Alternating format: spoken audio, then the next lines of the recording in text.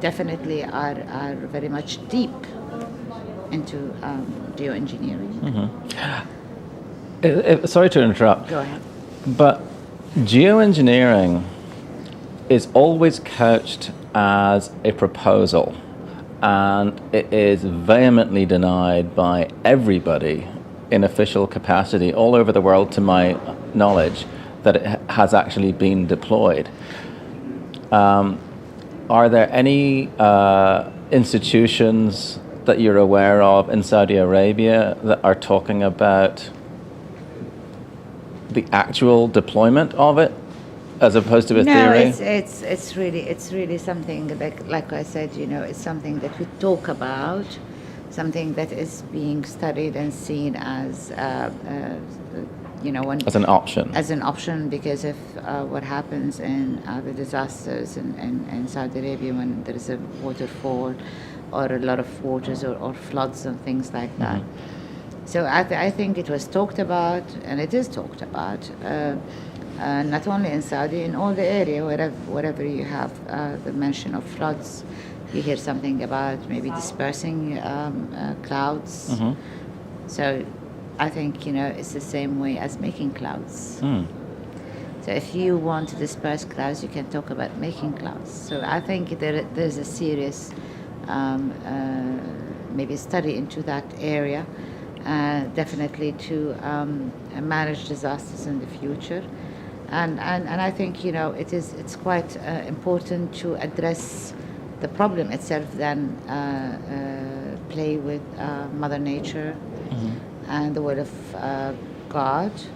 And it will happen either ways. And I think, the more you resist the powerful pull of instability in Mother Earth, the more Mother Earth will send us disasters, so we can know that we're playing with that equilibrium. And we can see it everywhere, and I don't think it will ever work because biology in itself and is a very tricky science.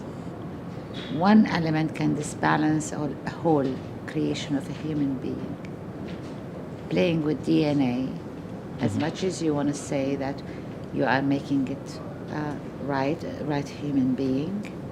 As I heard last week, there was a university in America, in a company, that says that it will bring people back from death by freezing through the nano technology. It's everywhere. It's in the Times, Independent, so it's no secret. I've read it on the internet. That it will freeze the DNA and brains of the dead people and bring them back to life in 30 years. I couldn't imagine a corpse, except a zombie, coming out again after 30 years. So playing, really, and I say playing, I'm not saying not to research to cure diseases. It's completely different. But I'm saying playing with DNAs and biology and environment, echoes, the whole system, the whole ecosystem is disastrous. It's like when you want to have an operation to take out your, let's say, kidney and put another better one there, though it is a good one. But you just want something better.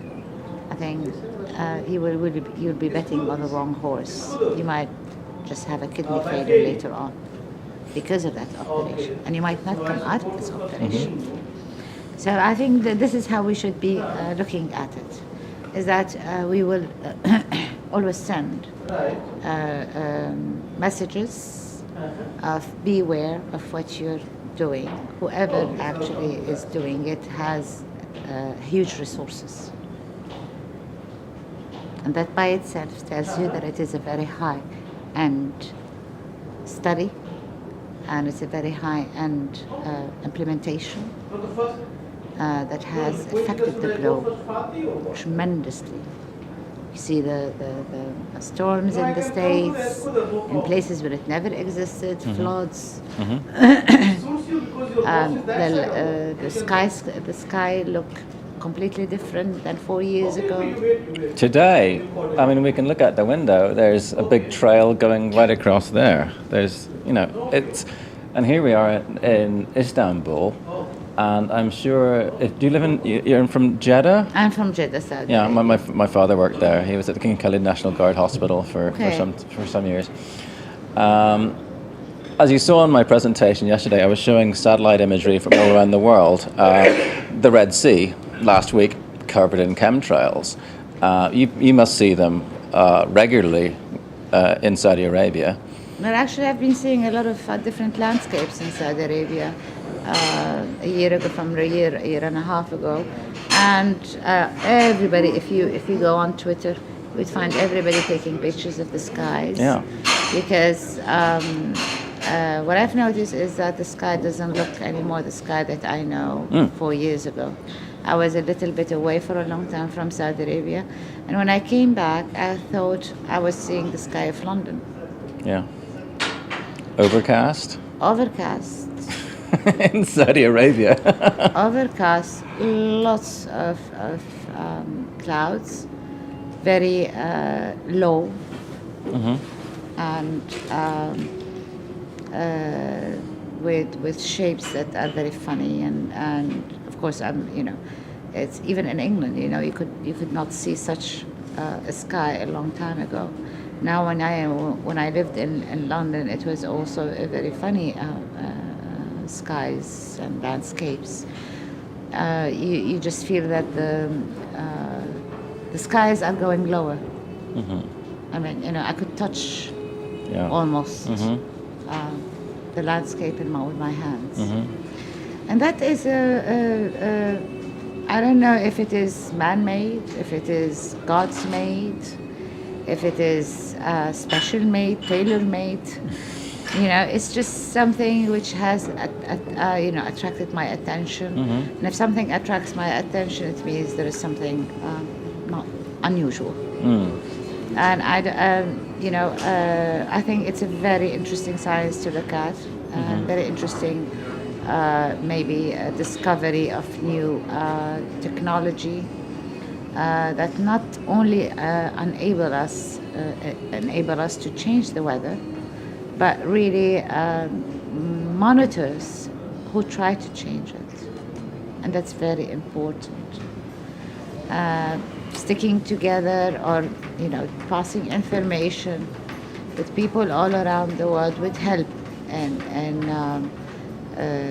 transparency, more awareness, and by that itself you will create a culture of awareness within the next generation and what they are facing in the future and what kind of challenges they have to address from the heritage of our generation.